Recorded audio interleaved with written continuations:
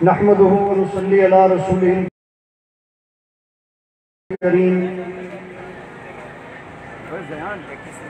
اما بعد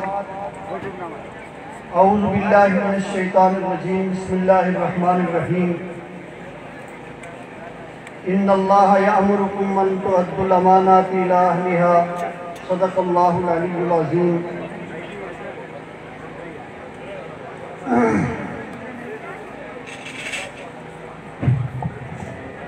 محترم حضرات، آپ نے بڑی دل جمی سے بیٹھے رہے، تھوڑی سی دیر بیٹھے، دعا ہوگی، اس کے بعد ہم سب اٹھیں گے۔ تھوڑی دیر تشریف رکھیں، 5 منٹ۔ میں سب سے پہلے شکریہ ادا کرتا ہوں ہماری آج کی اس بزم کے مہمان خاص گلگت بلتستان اسمبلی کے ممبر نواز خان ناجی، دلی طور پر میں ان کا شکریہ بھی ادا کرتا ہوں، اور انہوں نے اپنی گفتگو میں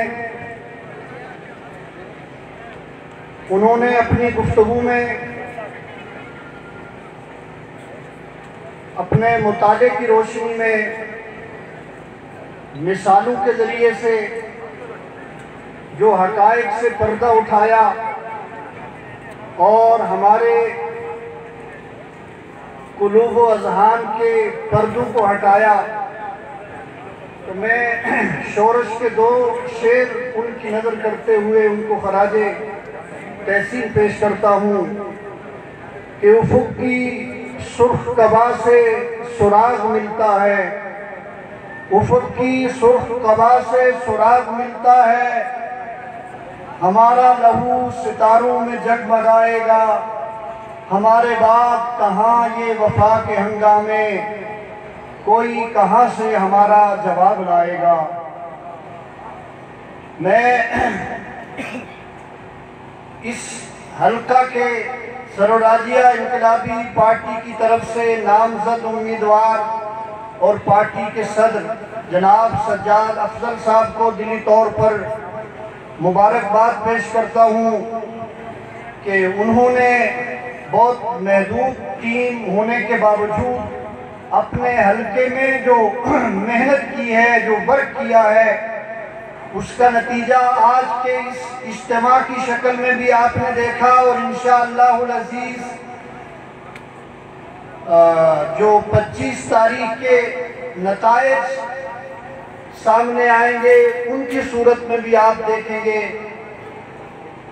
اور میں ان تمام نوجوانوں کو، بزرگوں کو دلی طور پہ سلام پیش کرتا ہوں کہ جو ہماری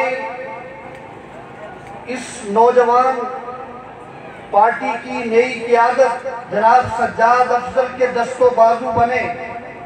اور ان کی حمایت کا اعلان کیا۔ جس طرح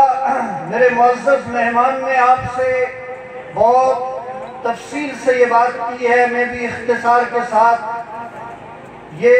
کہہ کر اجازت چاہوں گا کہ میری اس دھرتی کے نوجوانوں، جب ہم اس ریاست کے وارث ہیں، جب ہم اس ریاست کی ایک تاریخی حیثیت ہمارے سامنے ہے، تو پھر اس کی تاریخی حیثیت کو دوبارہ حاصل کرنے کے لیے، اس کی عظمت رفتہ کو حاصل کرنے کے لیے ہمیں شعوری طور پر بھی، فکری طور پر بھی لیس ہونا پڑے گا، تیار ہونا پڑے گا، اور تنظیمی اعتبار سے بھی ڈسپلن کے جو تقاضے ہیں ان کے حوالے سے بھی ہمیں بھرپور اپنے آپ کو تیار کرنا ہوگا۔ معزز مہمان جو 3 دفعہ گلگت بلتستان کی اسمبلی کے ممبر منتخب ہو چکے ہیں،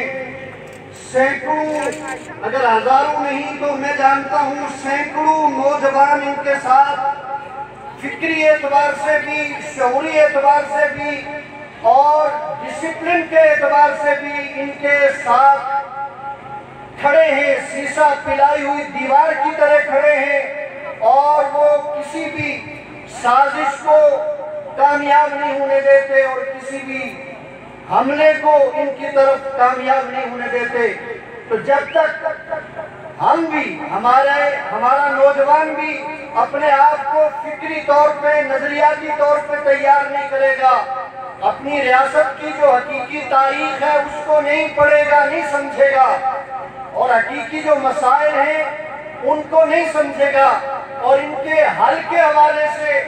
جو شعور ہے وہ حاصل نہیں کرے گا، تو محض جذباتی انداز سے، محض ہلے گلے سے، محض ریلی اور جلسے سے ہم اپنے مقصد میں کامیاب نہیں ہو سکتے۔ ہمارا مقصد یہ ہے کہ ہم نے اس بکھری ہوئی ریاست کو جوڑنا ہے، اس کی وحدت کو بحال کرنا ہے۔ یہ ہمارے آباء و اجداد کی دی ہوئی وراثت ہے یہ ریاست۔ تو جس طرح ایک والد کے دو بیٹے 10-10 کنال جو ان کے حصے میں آتی ہے زمین، اس کی حفاظت کرتے ہیں، اور اگر حقیقی بھائی بھی ان کے اس 10 کنال میں سے ایک مرلہ لینے کی کوشش کرے تو وہ اپنے بھائی کے خلاف عدالت میں بھی کھڑا ہو جاتا ہے، وہ اپنے بھائی کے خلاف جرگہ بھی کرتا ہے، اور وہ اگر وہاں لڑائی ہو جائے تو بھائی کی بعض اوقات جان بھی لے لیتا ہے۔ تو یہ ہمارے آباء و اجداد کی جو وراثت ہے یہ ریاست، میرے محترم دوستو، ہندوستان اور پاکستان اور ان کی پشت پر دو اور بڑی طاقتیں اگر مل کر اس کی بندر بانٹ کرنا چاہتی ہیں تو کیا ہمارا اجتماعی احساس بیدار نہیں ہونا چاہیے اور ہمیں اس کے خلاف آواز نہیں بلند کرنی چاہیے؟ ہم ایک عرصے سے نظریاتی حوالے سے، فکری اعتبار سے ایک تربیت کا کام کر رہے تھے اپنے پارٹی کے پلیٹ فارم سے، یہ کام ہم کر رہے تھے، لیکن 5 اگست 2019 کے واقعے کے بعد، ہندوستان کے اس انتہائی اقدام کے بعد ہم نے یہ مشاورت کی، یہ سوچا کہ جب تک ہم اپنی عوام کے اندر جا کر بیداری نہیں پیدا کریں گے، شعوری حوالے سے ان کو آگاہ نہیں کریں گے، عوام ان ڈاکوؤں اور لٹیروں کے ساتھ چلتے رہیں گے اور ہماری منزل ہمیں کبھی نہیں ملے گی، ہماری غلامی کبھی ختم نہیں ہوگی، یہ تقسیم کا خاتمہ نہیں ہوگا۔ تو اس لیے ہم عوام کے اندر آئے، آپ کے پاس آئے، عام آدمی کے پاس آئے کہ ہم آپ کے تعاون سے اور آپ کی مدد سے، آپ کی حمایت سے ریاست جموں کشمیر کے اس قضیے کو بھی انشاءاللہ العزیز ایک تحریک کے ذریعے سے، ایک مومنٹ کے ذریعے سے انجام تک پہنچائیں گے۔ اور سب سے پہلے جس طرح سجاد صاحب نے بات کی ہے، سب سے پہلے ہم نے یہ ریاست کا یہ جو چھوٹا سا ٹکڑا ہے آزاد کشمیر کے نام سے، اس میں جب تک ہم بااختیار نہیں ہو جاتے، بااختیار اسمبلی کا قیام ہماری جد و جہد کے نتیجے میں عمل میں نہیں آ جاتا، تو اس وقت تک نہ تو ہم ریاست کی وحدت کی بحالی کے لیے کوئی نتیجہ خیز کام کر سکتے ہیں، کردار ادا کر سکتے ہیں، اور نہ یہاں کے جو وسائل مسلسل لوٹے جا رہے ان کی حفاظت کر سکتے ہیں۔ اگر آپ چاہتے ہیں کہ یہاں کے وسائل نہ لوٹے جائیں ان کے ہمواری سے، تو ہم ان کا استعمال اپنی عوام کے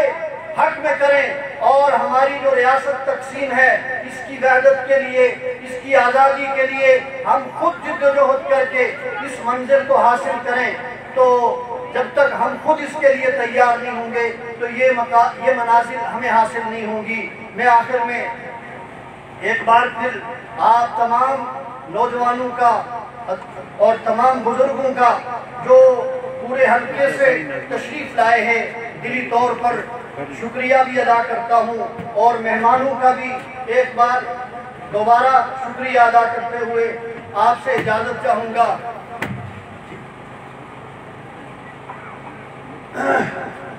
میرے وطن کے ان اشعار پہ اپنی گفتگو کو ختم کرتا ہوں۔ میرے وطن کے غلام لوگوں، غلام رہ کر جیو گے کب تک، یہ اشک اپنے پیو گے کب تک، اٹھو ضمیر اپنے جھنجھوڑ ڈالو، اٹھو یہ زنجیر توڑ ڈالو۔ ایک اعلان یہ کرنا ہے کہ کل 18 تاریخ کو بروز اتوار اسی طرح ہمارے جو 2 حلقے ہیں پونچھ کے 3 اور 4 ان کا ایک مرکزی اجلاس جلسہ عام راولاکوٹ صابر شہید اسٹیڈیم میں ہوگا، اور آپ سے سدنوتی کے غیور نوجوانوں سے بزرگوں سے بھی یہ گزارش ہے کہ آپ وہاں پر بھی تشریف لائیں۔ وہاں پر بھی ہمارے مہمان خصوصی ہوں گے، اور جناب سجاد افضل جو آپ کے اس حلقے کے نامزد امیدوار ہیں وہ بھی ہوں گے، رمضان رحیم صاحب بھی ہوں گے، میں بھی ہوں گا، اور دیگر وہاں پہ ہمارے نوجوان موجود ہوں گے، پورے حلقے سے لوگ موجود ہوں گے۔ تو آپ سے یہ گزارش ہے کہ اس جلسے کو بھی کامیاب کرنے کے لیے آپ اپنے وقت کی